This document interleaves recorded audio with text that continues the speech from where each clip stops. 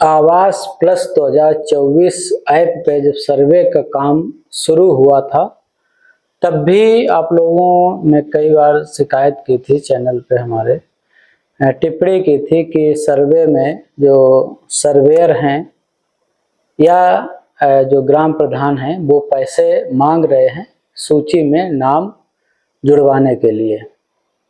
और ये सही भी है, बहुत सारी जगहों से शिकायत भी आई है। और इस समय जो सेल्फ सर्वे हुआ था, उनका सर्वे, असिस्टेड सर्वे जो सर्वेयर के द्वारा किया गया था, उन दोनों का संयुक्त रूप से इस समय सत्यापन का काम चल रहा है और अभी भी पैसा मांगा जा रहा है, ये भी सही है।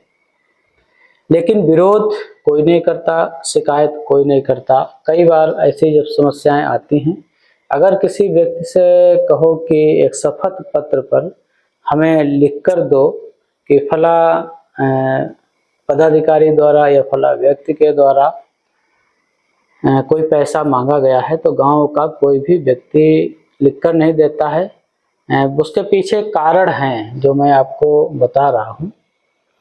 एक तो जो जरूरतमंद व्यक्ति है जिसे वास्तविक में आवास चाहिए, उसके पास कोई संसाधन भी नहीं है कि वो अपना आवास अपने आर्थिक संसाधनों से बना सके, तो वो बार बार ये सोचता है कि अगर थोड़े से पैसे हमने नहीं दिए तो हो सकता है प्रधान नाराज हो जाए या कोई रोजगार सेवक या पंचायत सहायक नाराज हो जाए और हमारा सर्वे में नाम ही ना सम्मिलित करे।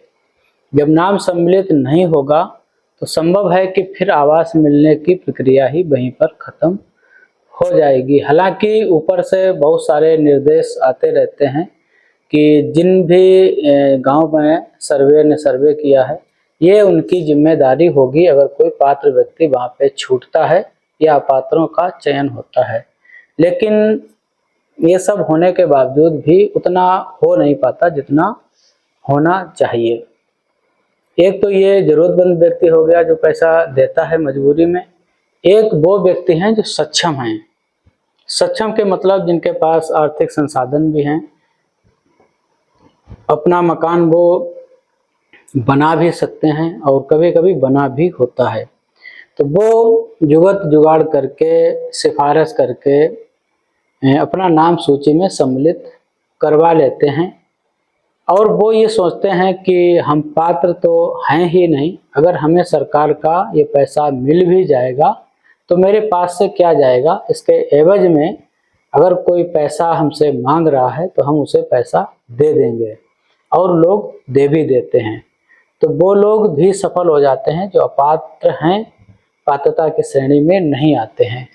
गरीब व्यक्ति इसलिए पैसा देता है कि प्रधान उसको डर दिखा देता है कि अगर पैसा नहीं दिया तो तुम्हारा नाम सूची में सम्मिलित नहीं किया जाएगा, सूची से हटा दिया जाएगा।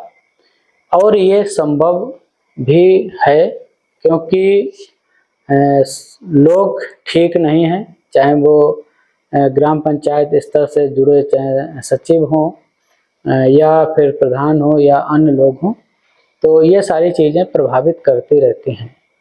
तो हिम्मत अगर आप में है तो आप सोशल मीडिया का इस्तेमाल करिए, आप अपनी शिकायत कर सकते हैं अगर आपका नाम छूट जाता है। वैसे तो सभी लोगों का सर्वे किया गया है और बहुत सारे लोगों ने सेल्फ सर्वे भी किया है अपना। जब फाइनल सूची आएगी ग्राम पंचायत के सामने रखी जाएगी, अनुमोदन के लिए ग्राम पंचायत प्रकाशन होगा, आपत्तियां भी मांगी जाएंगी, तब आप उसमें ध्यान से देख लेना कि आपके साथ कोई गड़बड़ी तो नहीं हुई है। अगर गड़बड़ी हुई है तो आप उस पर शिकायत करिएगा, निश्चित ही उस पर कार्रवाई की जाएगी। क्योंकि जब शिकायत नहीं होगी तो फिर ये नहीं पता लगता है कि क्या सही है क्या गलत है। जिसका हक है उसको मिलना चाहिए, जिसका हक नहीं है उसे नहीं मिलना चाहिए, लेकिन यहाँ दोनों बातें हो जाती हैं। तो जब भी आपको लगे कि आपका सर्वे सही हुआ था लेकिन आपके साथ कुछ गलत कर दिया गया है या आपका सर्वे छोड़ दिया गया है, तो आप शिकायत कर सकते हैं 1076 पर। आपको आगे सम्मिलित करने का मौका निश्चित ही दिया जाएगा, और अगर अधिकारी ईमानदार हैं कार्रवाई कर सकते हैं। अगर गलती उनकी पाई जाती है तो फिर उन पे कार्रवाई भी हो सकती है।